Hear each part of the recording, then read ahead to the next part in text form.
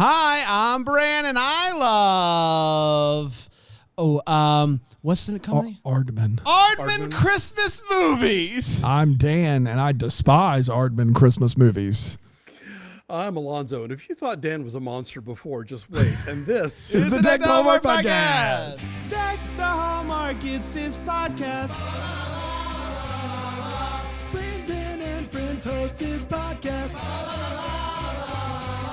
We hope you like this jolly podcast. Well. Oh, boy. Hello, everybody. Welcome to another episode of Deck the Hallmark. It's another week as well. Final week of August is Can you finally believe here. it? Flew by. I can't. This year has flown by. Yeah, we're under 4 months to Christmas now. We've already had the August Christmas party episode of Christmas morning. That's right. Yesterday. That's how I mark it. I know. And we're just flying by here. Doing a Christmas movie here on a Monday. One of my all-time faves.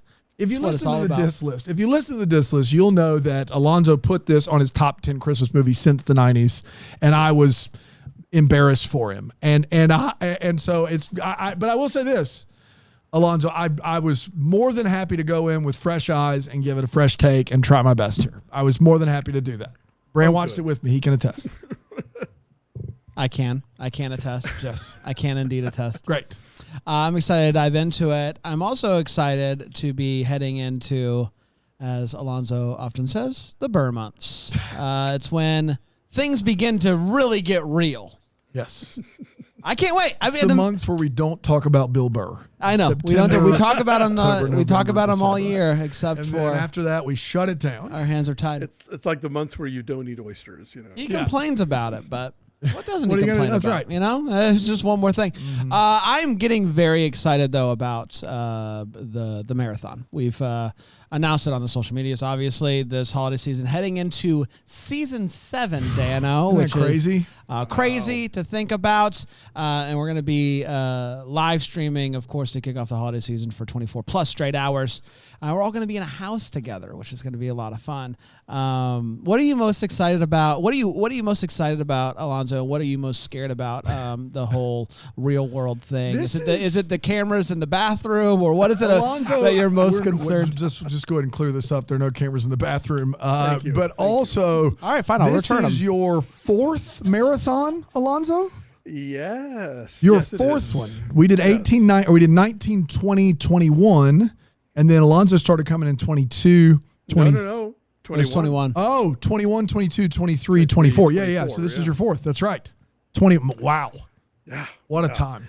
I'm looking forward to making cookies. You know, Yeah. What could be more Hallmark Christmas than that? In fact, I've already got, I asked the general to start sort of an online spreadsheet work because I need some intel about what's in this kitchen, how many cookie sheets, what size, are there measuring cups, all This that is sort of called stuff. being prepared right here. Yeah. Is what this is. I would have not thought of any of this stuff. It's called show prep. I don't know Show if you've prep. heard of it. Oh, but it's listen. really exciting. Nobody's heard of show prep like I have. That's true. Big deal around here. So I'm sure Brian and I will be taking turns getting into that oven, and I'm digging up as many good cookie recipes that do not involve nuts. Yeah, of course. For Mr. Special. And That's right, then, Mr. Special. But it's Could gonna be we great. dare we try to make the Save the Town brownies from the book? Dare we try it? I was Save thinking maybe we make the eggnog from the book. Wow. Dare we try it? That I do it say You do is it great. every year at your I Christmas make party. it, and it's a hit at the parties that I throw. If you know 2 things about me, it is maker of things in the home and party thrower. Those 2 things are my jam. That's what he does. Yeah. Look, I had to write fan fiction for that cooking category. I don't know what to tell you. That whole great. chapter is, Nailed it. a premise, basically. Yes. Yeah. Very excited about it. I think about it often, and it just kind of makes me smile just thinking about it. I know it's not a surprise to anybody, but I'm pretty unbearable leading up to mid-October, starting right about now. Yeah. I'm very giddy, and there's more and more info coming out about the Christmas stuff that's coming. It's just Every day is a new adventure. And y'all have to juggle like Paramount Plus now. I mean Hallmark Plus on top of. Don't tell me Paramount Plus is getting in the game. Oh, I wouldn't. They probably will, but you got Hallmark Plus on top of your standard Hallmark and mystery, and so it's all in a day's work around here at the Bramble Jam Podcast Studios. A full plate for you kids. Listen, not all heroes wear capes, and I understand it. Sometimes we gotta. Sometimes you have to cover the Chicken Sisters, and somebody's got to do it. Yeah, right. You can't go uncovered. And we ain't chicken. No, we're not chicken. We've been saying for years, when is Hallmark finally going to get their crap together and release 3 Jane mysteries in a month? When are they going to do it? Yeah. Thank God for Hallmark Plus. What about the Dune Bay? Danube. Well, we've been saying Danube. Is it Danube? Oh, it can be Danube, yeah. Oh, okay. It can be one of those two. It can't be Dan Babe or whatever I said. Bay. Yeah. Dune Bay, no. It can't be. That's too far. Yeah. That's out of the question. Yeah, Dune Bay. Let's talk Arthur Christmas. Let's. Originally came out in the United Kingdom, the UK, as they call it, November 11th. What did you just say? I just said as they call it, and then it made me laugh. I made myself laugh. November 11th, 2011, and then a couple weeks later in the United States, November 23rd, 2011. I don't have the theaters that it was premiered in, and I apologize to everybody out there. And it went a little something like this. What if I told you that the job of Santa isn't just a jolly old man in a sleigh, but it is a prestigious family business that's been handed down generation to generation? That's exactly what Arthur Christmas is going to tell us about. The current Santa, Malcolm Claus, as he is named, is on his 70th Christmas Eve mission. But at this point, it's a bit more ceremonial than it is anything else. He's got a high-tech sleigh, the S1, a squad of high-tech elves that basically have taken over all the heavy lifting, and he just kind of has to, listing would work too. That's true. Check that list twice, in fact. Malcolm's oldest son, Steve, is practically running the North Pole like a drill sergeant and runs it all and tells everybody what to do and all that good stuff. While his youngest, Arthur, from Arthur's Christmas, is stuck answering Santa's mail. But you might think that's a bad thing. It's not. Arthur loves the mail room. This year, despite some elves accidentally disaster strikes when an elf accidentally drops a present from the high-tech S1 during a delivery, and that is a bike. It's for a girl named Gwen, and no one notices it. And everybody thinks that the job has been done. We did it. Congratulations. Another Christmas in the books. But Arthur, who personally replied to Gwen's letter, assuring her that Santa is indeed real, is devastated that she is not going to get her gift. So he pleads, Malcolm, Dad, Steve, can we please go to the S1 and make this right? Steve says, no big deal. This is whatever. It's one kid out of billions. The fact that we didn't miss more is really a miracle. Yeah. So what's the big deal? And Steve's just annoyed that his dad, despite thinking that he was going to retire, is not going to retire. So he definitely does not want to do this emergency delivery. And Dad's old. Dad just wants to go and take a load off. So enter Grand Santa. Malcolm's father used to be Santa as well. And he's definitely interested in going on this trip, if for no other reason than to prove that the old way of doing things is just as good, if not better, than all this high-tech gear. I didn't need it then. I don't need it now. We can deliver this gift. Arthur is pumped that he is going to be able to go and deliver this gift. They dust off the old Eve wooden sleigh. Yeah. Reindeer. Yep. Led by reindeer with magic. Make Santa great again. That's exactly right. And they head off with Arthur, Grand Santa, and a stowaway elf who really loves gift wrapping, a lot of gift wrapping. And it doesn't go great at all, really. They encounter some lions. They're mistaken for aliens. There's a whole now everybody is looking for potential alien encounters across the world, and there's a lot of international frenzy going on. While all this is happening, Steve is busy trying to prove that he's the right choice for Santa, and he says, you know what, I can do this. They're not going to do it, so he decides we got to get a replacement gift out there, and his dad is like, I'm going along with you, so there's a bit of a battle there between father and son, and he's basically saying, I can still do this job. I'm not too old for the job. I ain't as good as I once was. That's exactly right. As good that's exactly as right. I ever was. Unfortunately, though, wrong address. He ain't. Yes. Wrong address. Yeah. Dad doesn't quite know how to actually work the S1 and puts in the wrong address. What can he do? Eventually, though, Arthur and the crew, they end up stranded on a beach, and Arthur is just sad. He's losing his Christmas spirit. Some might say it was my story once, but not anymore. Yeah, it is. Not anymore. Just try your best, buddy. You'll get there. Well, whatever. One step at a time. At least you're admitting you have a problem now. No, I'm saying some. You said it once was your story. That's a good first step. Say. It's a first step. You've been going to the meetings? You've been going to the meetings. Santa's not. You've been going to the meetings at the Nativity? You've been going? Going to the meetings at the Nativity. That's right. Yes. Good. So Arthur, though sad, decides gotta give this one last go. I'm gonna push aside all of my phobias and fear, and I'm gonna make sure that this happens. As dawn is quickly approaching, Arthur manages to recover the sleigh and get to where he needs to go with the bike. But who also is there is Steve and Malcolm, and they are all going at the same time, trying to outdo one another, Santa stuff, to make sure that this child gets the gift, but really to make sure that they are the heroes of this story.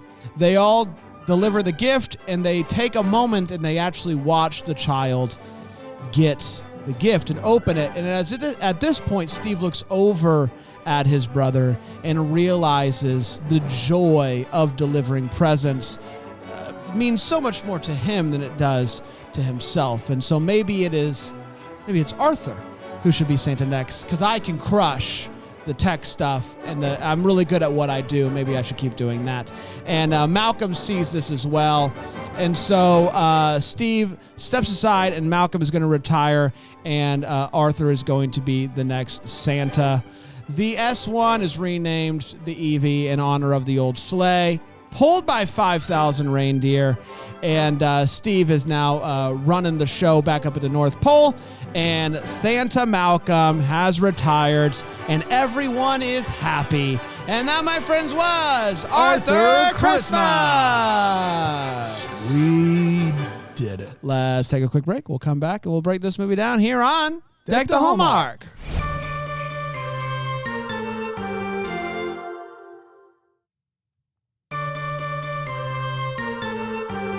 Hello, everybody. Welcome back. We're talking Arthur Christmas here on a Monday. Very excited. We are taking a journey back to some movies that maybe we came out before we even started doing the show. That's right. We haven't had the opportunity to review, such as Arthur Christmas. And we're going to start with a hot take. We're going to share exactly how we felt about this movie. People that listen to the show, obviously, as Dan mentioned, know Alonso's love of this movie, and ended up in his top 10 post 90s Christmas. Not post 90s. Okay, post 80s. Post 80s, yes. Sure, that's one way to Christmas say movies. But what are your thoughts now that you've rewatched it here in 2024? Yeah, for years now, when people have asked me, like, oh, what are some great Christmas movies that have come out since your book was published? Have Yourself a Movie Little Christmas in 2010. One of the first things that generally comes to mind is Arthur Christmas. This came out the next year in 2011. And I think it's great. And I think it holds up. Like, I watched it again for this, and it's probably like the 6th or 7th time I've seen it. Always makes me a little misty-eyed. I always think it's funny. I love the kind of British humor of it. I think that every generation sort of shapes Santa in their own image in terms of technology and culture and history and whatnot. I love the way that this movie kind of tackles the Santa lineage and talks about, just the specifics of how the toys get delivered and all of that kind of thing. And I just think it's really charming. Like, it's a movie I would show to kids. It's a movie I would show to adults. It's in the rotation for me every year or two. I go back and watch it again. So yeah, big fan, still a big fan. Big fan. Bran, how about you? You and me both, Alonso. I love this movie. I watch this movie every year. I didn't watch it in 2011. I found it probably a handful of years later, 2015, 2016, somewhere around then. I watched it for the first time, and I was like, this movie is awesome. I think it looks awesome. As you said, it is funny. There's lots of chuckles to be had, and it is quite heartwarming at the end of it. And I agree. There's something about the beginning of this movie that is just really fun to think about. We often talk about how our Santa Claus is Tim Allen, and that is how that's the North Pole. Duh. That's how how it all would work. And this movie, I think, has a similar thing. Like, you see it and you're like, oh, that, you know what? Technology has evolved since Tim Allen's days. How would technology influence and be integrated into the story of Santa and his Christmas Eve mission? And so I thought that this was a really clever and interesting way to tackle that. And ultimately at the end, kind of combining the two ways of thinking there, the big ship, it's fast, but also the reindeer. What about the reindeer? So a combination of those two things was really cool at the end of this movie. And it made me, as they say at the end of this movie, quite happy as well. Dano? As they say, they all say quite happy as well. That's what they say. Everyone says that they were happy. Here's what I'll say about Arthur Christmas.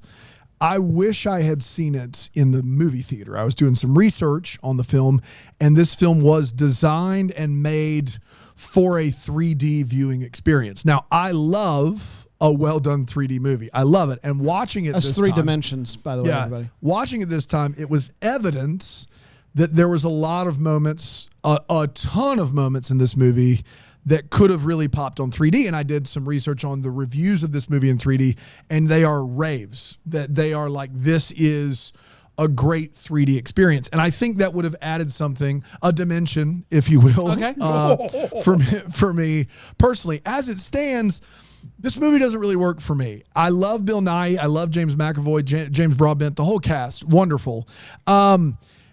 The best read of this movie is that Arthur heals the generational trauma of Santa by reminding them that they all need each other and need parts of what made them good to continue the legacy forward. I don't think that they stick that landing, though. The two words that immediately come to mind is after a really quality opening where you have this hall of all these pictures of Santa and this really sweet letter that's written and Arthur responding. The word that comes to mind is manic. Like I told Bran, watching the next scene, like, I don't know if it's because I love Aardman animation and I love what they normally do in their animation that this is bothersome to me, but it just feels like it doesn't trust itself. It doesn't feel like a heist to me. It just feels like my eyes are hurting. It is manic, and it is very restless energy. Like, I don't feel like we ever settle into anything. We're just kind of go, look at all these things flying at the screen. Whereas in a 3D movie, that's wonderful. And watching this movie even now, like Bill Nighy's Santa, I don't remember his name. Grand Santa. He's terrible. He's a pretty terrible human being who isn't great and just has decided he always wants to do it his way. The Santa that's still in charge, Maxwell, or is that his name? Maxwell, correct? What is Malcolm. It? Malcolm, that's it. Malcolm, also terrible, aloof, isn't doing his job, doesn't know what's going on, refuses to pass it along. Steve has no heart about him, even though he's very, very efficient. Like, the read that I always have of this movie is Arthur is trying to restore a magic that was never really there to begin with. And I think diving more into that is a better movie. Is it a kid's movie? I don't think so. But as it stands, There are a few funny moments. There's some good voice work. The end I did like the ending more this time than I remembered liking it, but it's just not for me. And I also don't like the animation in the movie. I don't know why. Like, this is my least favorite Aardman animation theatrical release, save for maybe Flushed Away. That I looked it up and I was like, oh, that one wasn't very good. Save for that. You didn't see the soccer one. That was I didn't see the soccer one, but I like the Pirates more than this. I think that movie is real funny. Pirates is great. I even kind of like Flushed Away. I will say this about the older Santas. I don't think that they've always been terrible. I think that Grand Santa has become bitter because he's been shoved aside. Yeah. And I think that Malcolm is just kind of like older and tired and doddering, but also stubborn. But I don't think that they were like never into it. Steve, yes, is coldly efficient, and I think that needs Arthur to balance him out. But I don't know that the movie is trying to say, yes, the Santas have always been selfish jerks. I don't. It takes Arthur to fix them. Yeah, I think I think they're not saying that, but I think it comes across anyway. That's my problem. Is I think the best part of this is they kind of use a little bit of every Santa to make it work at the end. That's the best part of this. But I just don't think that part is strong enough. I just feel like it's really like an Eminem music video. Like, it's very just like, we're more worried about the kids. Whereas most of Aardman's stuff is very slow moving and deliberate. And I think that might have betrayed. I'd be willing to admit my expectations probably betrayed me on this some, because I kind of know what I'm in for with an Aardman film, and this is, in my opinion, just not it. So there's that. All right. It's time for all the feels, where we talk about what in this movie gave us those feels. Alonso. You know, I love the characters who really love what they do. So like Arthur, I just respond to his, not just like the way that he writes these letters back to the kids, but like his the way that he's brimming with enthusiasm just to see his own father return from the trip, like how excited, like, you know, dad, like it's like Buddy the Elf in a way, just like that notion of like Santa, even though he's, you know, part of the family, it's still exciting to him. I love Bryony's, you know, very efficient, you know, she is a person who is good at her job, you know, because I'm a terrible gift wrapper, and same. Like, three pieces of tape, that's really impressive, you know, on a moving bicycle. So yeah, I like, they give me a lot of feels, and the ending, it just always kills me. Like when they're all standing in that closet watching the girl open her present, and Santa realizes, he says like, Steve, you deserve this job, but really it should be Arthur. And then when Steve gives him the playing piece and says like, I'll be the candle, because early in the film when they're playing the board game, Santa says, well, Steve, you should be the candle. You have such great ideas. And Steve is kind of in that moment acknowledging, I am the idea guy. That is my lane. That's what I should be doing. You are the heart. I am the head. Together we can make, you know, we can really be a great Santa team. Right. I love the beginning of this movie. As I mentioned, I just think that it's awesome and it looks cool and all the stuff, and it's funny. Santa just kind of like the idea of having to be shown where to put the present is really funny. It's a very like British World War II veteran Santa, you know, but who's like getting on in years. Yeah. And then, as you mentioned, Alonso, the ending when they're watching is just, that's perfect. It's a perfect moment, perfect scene. Perfect movie? I don't know, but boy, is it good! Is it good? Dan, any feels for you? If you listened to the Force Friday episode last Friday, where Ryan and Brandon gushed about Phantom Menace being better than A New Hope, in case Alonso hasn't listened yet. Wanted just to that one. Yeah, wow. I'm so thrilled to get that reaction live. That was worth it. And the reason that they both, he's laughing because he agrees. Yeah, and he didn't know anybody else was with him. Those two guys, the reason that they say that Phantom Menace is better than New Hope is because they point to two big set pieces in Phantom Menace, and they go, hey, all I remember is I was this years old and these two set pieces slap. That means it's more entertaining than New Hope. If you were to just watch the first 5 minutes of this movie and the last 5 minutes of this movie, you would be like, is this the best animated Christmas movie of all time? Like, you would, the first 5 minutes before it takes moving the world for Santa to deliver one gift, before then, and then after it takes so many different broken down versions of technology to get one gift to the person, even though they've delivered billions of gifts, if you just watch those two things, and I'm not saying that as a slight, the end of this movie crushes, and the beginning of this movie is really, really solid. Like, it opens and establishes well, and it closes really strongly. And both of those scenes work for me kind of in equal measure. For some reason, the slow walk down the hall of all the pictures of Santa is really great. And then obviously the end of this movie with all the Santas watching together and realizing that they can be a part of the machine moving forward, and that they matter and that they're important. Like, yeah, of course. All of that is amazing. So I'm not mad at that. I also really liked Arthur's sweater, and Dan had to remind me that it's a cartoon. So it doesn't. My sister-in-law is a very, very talented knitter.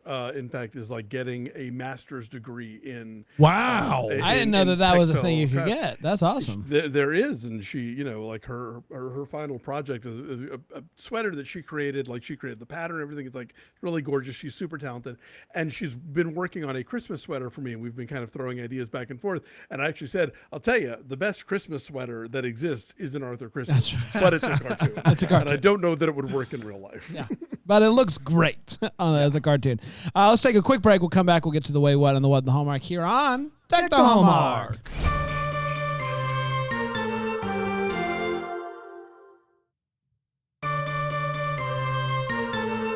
We're back. We're talking Arthur Christmas 2011.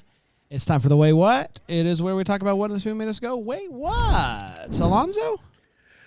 Yeah, I mean, again, when we're dealing with a movie where, like, the machinery of Santa Claus and his gift distribution system, there's a lot we have to sort of take as read, and I think the movie does a pretty good job of following its own internal logic. And there is a Treleu in Argentina. I looked it up.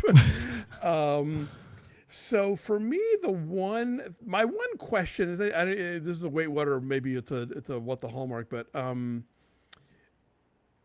how old are Arthur and Steve? It's a great question. Because we get this sense of, like, the Santas having their tenure, like the current Santa has been Santa for 70 years. And Grand Santa was Santa before that for however long. But it's like, well, how does aging work for you when you clearly die? Because it's not like there's dozens of other Santas, milling about the place. Like, at some point they set you out on the ice floe, I guess. I just, obviously aging is different, and this isn't a case of like an immortal Santa. This is a patriarchal lineage Santa.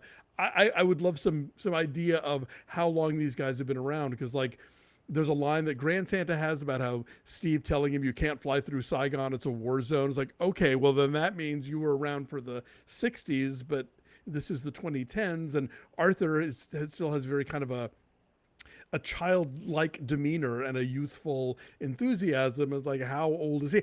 So that's my question: is how old are these folks in the parameters of how Santas live and die and age in this universe? Sure. Yeah, I love it. I mean, this is Malcolm's 70th Christmas that he's been Santa. So he did it longer than Grand Santa. Did his dad retire really early? Yeah, because he says he's only like 130 some years old, right? Something like that. Yeah, so he must have only done it for 50 years. Man. Crazy. Listen, when do you start, though? Like, that's the thing. Yeah, 18. That's tough.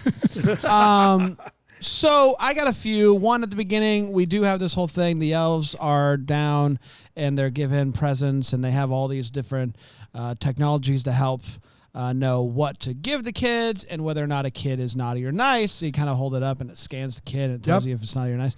And one kid is not quite nice enough, and so the elf then turns it onto himself, scans him, and it comes up as 82% nice, which I feel like is low for an elf. For an elf, is very low. Very low. Like, what skeletons does this elf have in his closet? It's another good what the hallmark. Because I would have assumed, and maybe this is like just expectations, I would have assumed that the elves are as good as it gets, or as nice as it gets. Yeah. And that's just 82%. That's almost no. Low You don't for an think elf. so? You don't think so? I think you're being racist. No, I mean, I'm kidding. You're being Elvised. You're being Elvis, exactly. No, I think in this movie, though, you see elves being like they're kind of bitchy to Arthur. Sure. Like he gets dismissed a lot. They're prone to panic apparently. So like I think we're given well-rounded elves here. That yes, for the most part, I'm sure they are nice and they meet the nice meter, but they're not perfect little angels. Yeah, I got a good. What the homework would be? What's the minimum niceness? Like, do you got to be over 80%? Are there 70%? Are there 70% nice elves out there? I don't know. Yeah, maybe it's like the tomato meter, like starting at 60 is where you're. You mentioned the tomato meter about that was one of my what's. I'll go ahead now. Like I was getting Rotten Tomato vibes from this nice naughty meter, and I like the worst thing. And Alonso can attest to this about Rotten Tomatoes is. That score means virtually nothing. Like an 85% means 8.5 out of 10 critics gave this movie a 6 of 10 or better. This movie could be a 6 of 10. So a movie could have a 100 on Rotten Tomatoes, and every critic in theory could have given it a 6 of 10. So that doesn't really do much. That's why you have movies that can go in the 20s and 30s and be good, and movies that, can be in the 90s and be like, yeah, that was fine.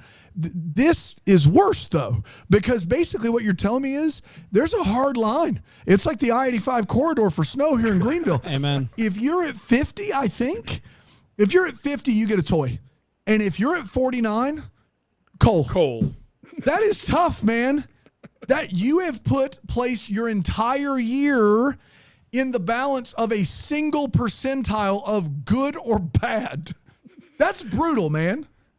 Which is obviously why the elves are bending the rules and like scanning themselves. Even they don't. Even they don't. It's ridiculous. Yeah. Man, this isn't good. What a tough line there. Sheesh. How worried should we be about the camera access that the North Pole seems to have? Oh my gosh, this is massive. Because we have He sees you when you're. We've sleeping. all consented to Santa. We've all consented to That's Santa being able to say out loud. to see us when we're sleeping and know when we're awake. This is readily available for everybody. It's on CCTV up in the North Pole. They're just watching these cameras. So many. They have every angle of every place that you could possibly need. It is terrifying. Big Brother's They watching. they have bathrooms. They have cameras in the bathroom. They do. Unlike our thing for the marathon. Well, at one and again, point, I just have to see if we can return them. If we can't return the cameras, then we might as well use them. Is all I'm saying. At one point, I thought that the elf that loves to wrap gifts, they're the ones that are getting all the angles on the bike. That's what I thought so too. But then you see an angle where the camera is facing the bicycle and the elf's hanging on, wrapping the back of the bike, and you're like, oh no, they have an angle that is just this bike. That's a problem. It's a problem. What can you do? Yeah. And if you put an elf on the shelf in your house, oh man, it's like you're just putting a sewer line directly into your house. That's why we got rid of all computers, phones, That's right. everything. We don't do any of it. No. Oh, yeah. No, we're analog here. We sure are. I know No. you can watch us on We Philo. ran a line from our studio to Alonso's apartment. That's how we're doing this and right then now. it's Coax going cable. and then That's it's right. going directly to the folks at Philo. That's right. Yeah. That's it then. That's it. No, we actually upload these at a Kinko's. We send Aaron Shea to a Kinko's. One frame at a time. And it's 24 hours, and that's really good because she's got to be there a long time. It's pretty slow upload speeds there at the Kinko's. But again, that's privacy matters. Last but not least, listen, I know she's a gift wrapping elf, and she can do things with 3 pieces of tape that I couldn't dream of. You can't wrap a bike. You just can't. I don't care who you are. Okay. You can't. I mean, I get told this a lot, but this is a movie. Even looking at movie it with elves and an S1 Starship Enterprise. Everything else is tracking perfectly, but then you see the bike at the end and you're like, this is a bridge too far. Everyone knows you get one of those big bags, you put it in there, and you call it a day. Everyone knows the bike is just what stays beside the tree. That's the true. Kids see it when they come out. That's true. Bow on the seat, and that's it. That's it. Wasn't there a Hallmark movie in the last couple of years where there was like a competition of wrapping awkwardly shaped gifts, and somebody did have to wrap a bike? Yeah, I think so. I feel like that. I mean, that does ring a bell. It sounds. And then there's that movie when Amelia Ullerup was wrapping 60-some gifts an hour, and I was like, "Are you what?" That's crazy. But I bet she wasn't wrapping a gift bike. bag, tissue paper. Yeah, boom, boom. Yeah, right. bikes are bag situations or nothing at all, and I think we would all agree. Dana, most of the heavy hitters taken here, the naughty or nice system, the camera angles, that all doesn't track even for an Aardman Santa movie. But the way that they usher in this plot is we forgot a gift, and Steve doesn't want to go because he's mad he's not Santa. Santa doesn't want to go because he doesn't really care anymore. That's enough. That is enough of a plot for us. But they have this massive thing instead of the sleigh called the S1. It has flown 7 million miles, 7 million miles. And Steve says, we can't risk flying it anymore. So basically what they're saying is 7 million miles, no problem. It needs to go 5,500 miles. We can't do it. Can't pull it off, not with this equipment. There's no way we could possibly get there. The tubes are cooling. That's right. Yeah. There's no way we could do it. It's got 7 million miles on her, not a penny more. There's no way we can do any more tonight. That's crazy. But is it that is he just saying that because really he just feels like there's an acceptable margin of error? There's a brief moment. I think Steve's the most interesting character in this thing because there's a brief moment where he's would be drawn to Steve. There's a brief moment where he's like, in his head, at least on screen, it looks like he's like, oh no, we have to deliver this gift. And then he goes through all these things in his head. I think it's like, I don't want to send the ship back out. I don't want to do it. It's one gift, but I'm pretty much perfect. One out of, if I got every gift delivered, but 1 out of 1 billion, that's mathematically perfect. So I'm good to go. Really, he's just a climate activist. Like the global warming. Yeah, exactly. Listen, you got it's a cost analysis, and it's not worth the damage that's going to be done. Statistically insignificant. I also think that the one thing this movie doesn't do that I wanted it to do was show me why the tech isn't great. So like, I know that we need a personal touch. I know that we need a Santa to deliver a gift, and the magic of Christmas is watching people open a gift. I know that Steve doesn't have that, but at every turn in this movie, the tech is better than what they're doing. In every, like the old reindeers are bad. The map they use, bad. The Santa's, the sled, it's all bad. Like, I would have loved to see, do you see what the S1 doesn't have? The fact that this sleigh knows where to go or something, some sort of Christmas magic element to tell me why we need some of the old with some of the new. And this movie doesn't do it. And it's like, basically Steve was right but didn't have a soul. And if Steve had a soul, then this movie is just credits. And I that bothers me in this movie.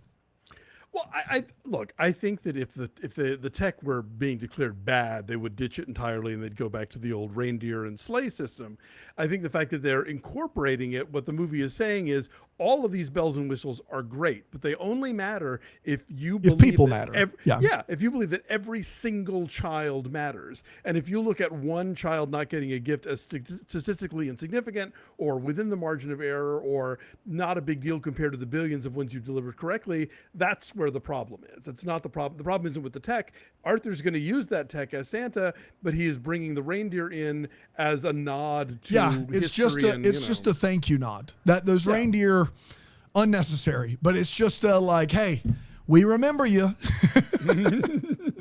Well, but if they weren't doing so, they wouldn't need 5,000. I think they went green there. They're green. They went green. But you don't know how much methane that those reindeer produce. I don't. Yeah, again, I don't know how green we're getting. They may have gone brown. Couldn't not. But they fly. But they fly by. They fly by magic. They fly by magic, and that's everyone knows. It's the whole ballgame. Yeah, that's 2 Corinthians. Right. Let's get to what the hallmark. That's where we wonder what could have been. Maybe have some clarity and any questions that we still have. Alonso, you wondering any questions? I do wonder if. Okay, there's a whole segment where they get out of Tanzania by sprinkling magic dust on a couple of poor reindeer that get left behind, and unfortunately, it also gets on the lions and the zebras and the elephants and whatnot. And I'm just wondering, like, if did anybody get eaten midair? A lot of floating lions and tigers and bears. Oh my, there. And how did those landings go? You know, I think that's probably best that we fly away from that segment, never to return. This is going to sound terrible, but him saying Left Behind for some reason just unlocked a memory when we would go out to eat when we were all working, and Panda would always need to go to the bathroom before we'd leave. And we would sometimes, if we decided to leave, like acting like we were going to leave somebody, we would say, "You've been Kirk Cameroned." That's what we would say. I don't know why. Left behind. Yeah, left behind. And what we would do is he'd go to the bathroom, and we would all run to the car, get in the car, and we would drive to somewhere in the parking lot where we could see him, but he couldn't see us. And he would walk out, and he would always look around, and we would wait, and then we would text him, Kirk Cameron.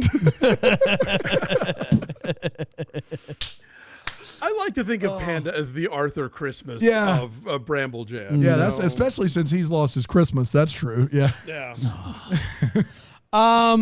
So obviously the North Pole and Santa, as we notice obviously early on, this is not a new thing. This has been going on for a long time. Many Santas. The North Pole's super British. Very. Yes. Has that evolved at all? Was that, you would think eventually maybe it would slowly. Did he get all of the elves from the UK, or did they pick up on Santa's accent? It is very British. And what's up with that? Yes, a thing I wanted to point out, which I think is part of why this movie didn't do well in the US. First of all, they released it like in the same week that I think Tintin and Hugo, all of these. That's a tough week. Kid aimed ambitious. Scorsese and Spielberg. Wow. Yeah. So it got lost in that shuffle. But then also the title Arthur Christmas is a joke in the UK that it isn't here or in most places, because A, they refer to Santa Claus as Father Christmas, and secondly, they pronounce Arthur as Arthur. So Arthur Christmas is like a pun. Wow. Yeah, right? Yeah, I didn't know that till just this moment. I knew the Father Christmas thing, but that makes sense. Yeah, so yeah, I think the British, we just have to kind of go with that. Just go with it. You got to go with it. Just go with it. Once British, always British. That's the moral of the story. I mean, that's what a lot of the world would beg to differ, but that's fine. History joke, zing. What did you think of Hugo, by the way, Alonso? Didn't love it, but I haven't seen it since it came out. I did see that one in 3D, and it's magical. Oh my goodness, I saw it in 3D, and the 3D is amazing. It's everything you would think of a Scorsese 3D. Did you see this movie in 3D, Arthur Christmas? I did, yeah, and it was terrific. But I don't share Dan's like adoration of 3D. So I've never heard you talk about 3D ever. Yeah, I mean, like really, apart from the first Avatar, there aren't a ton of 3D movies that are like 3D. Pacific Rim. No, I'll tell you, they screened Pacific Rim for us, and I saw it on the Warner lot, so presumably the projectionists knew what they were doing, and I found it so dark and murky that I didn't get the 3D kind of pop at all. There weren't a lot of 3D movies that I was super pumped about, although, I mean, like, the animated films obviously are always kind of fun. And How to Train Your Dragon's maybe the best 3D I've ever seen, aside from Avatar. Sure. Yeah. Flying is always effective, for these movies. Flying is always effective. But actually, you know what? The Disney movie Meet the Robinsons in 3D I thought was gorgeous. Wow. But the 3D in Arthur Christmas didn't blow me away to the extent that when I watched it flat every subsequent time that I miss it. Yeah, I would have. I never thought about it watching the movie. You obviously did. Yeah, not until this viewing, and then when I couldn't unsee it, I was like, "This would have been cool." Well, you were talking about while you were watching. You talked about how this movie hurt your eyes and how it's and then you. That's what sent you down the rabbit hole. But movies, especially animated movies, if they're early on when they were really made after Avatar, when they decided we're just going to go gung ho with 3D and everything was in 3D. A lot of those retrofit movies, or a lot of the movies that they made for 3D, not retrofit animated movies, if you're not watching them in 3D, it feels like a lot is being thrown towards the screen, towards the window, that you're like, why is this happening? At least I feel that way. And that maybe is why it may at least make sense now. But this movie also gets rave reviews for when 3D TVs were a thing. Like we were talking about that and how that there was a moment for 3D TVs. And this is one of these movies that the 3D Blu-ray of Arthur Christmas on a 3D TV apparently is like the go-to. So there you have it. Maybe because it's a Sony movie and they really tuned it for the Sony TVs or something. That's right. I don't know. Yeah. What the Hallmark is pretty straightforward. It's how did Aardman decide on this? Aardman is known, not exclusively, but really known for stop motion claymation. That's what they're known for. And that is where they the Shaun the Sheep movies, the Pirates, the Wallace and Gromit movies. These are Chicken Run. These movies all are next level in animation. And the you can see the amount of detail and craft in there. I'm not saying that this movie doesn't have detail and craft. That's not what I'm saying. This is over $100 million budget. And it is going with a very, very different and distinct style of animation. And I just want to know the impetus behind it. I want to know if they were I bet we can make a movie like Pixar. I don't know. I'm just very curious. I don't know if you might know, Alonso, but that's my big question. Yeah, I don't. And in fact, I know I still haven't seen the Chicken Run sequel, but we know somebody who works at Netflix and actually came home one day with a couple of the models. So as far as I know, they are still doing, leaning mostly into stop motion. I mean, Flushed Away was also CG, right? Yeah, it was a weird, they tried to make it look like stop motion, but it was CG. And it's kind of, that movie's not terrible, but it's kind of weird. It's a weird vibe to it. Yeah, I don't know. I don't know if they were trying to get into the Pixar marketplace or what the idea was, but I mean, I still love this movie and I don't have a visual issue with it. So if they wanted to go down this route again, I would not have a problem with it. We're going to do something crazy next Monday. What are we going to do? We're going to take the day off. Take the day? We haven't taken a day off since January. Yeah. There's been lots of holidays. Time out. We've not taken a single Monday to I Friday went back off. and confirmed we haven't taken a day off since January. Wow, we're overdue. There's been lots of holidays. We've plowed right through July 4th and all sorts of other things. Yeah. Labor Day, though, there's nothing we can do. This is the one. Our hands are tied. This is the Our one. hands are tied. It also works out with... Did we put the paperwork in on time for a day off? That's a big World Unite. Yeah, that's right. But also it worked out scheduling-wise because of travel on Alonso's end, and it was why squeeze in? Let's just do a crazy thing where we take a holiday off. Yeah. So we are going to take the day off. But then we'll be back in 2 weeks, and I should have looked it up. I don't remember what the movie is off the top of my head, but I will tell you in 16 seconds. Go, 16, 15, Dan. 14. Is it The Man Who Invented Christmas? Invented Christmas. I did it in 3 seconds. The man. Oh, I'm excited about this one. Saw it in the theater. Did you? I did. Cool, dude. Yeah. Are you talking about Jesus Christ? Yeah. Okay, good. Just making sure. Yes. Because if it's anybody else, have I got to believe to show you? That's right. Until then, the first wish you Merry Christmas. Deck the Hallmark's a Bramble Jam podcast is produced by Aaron Shea.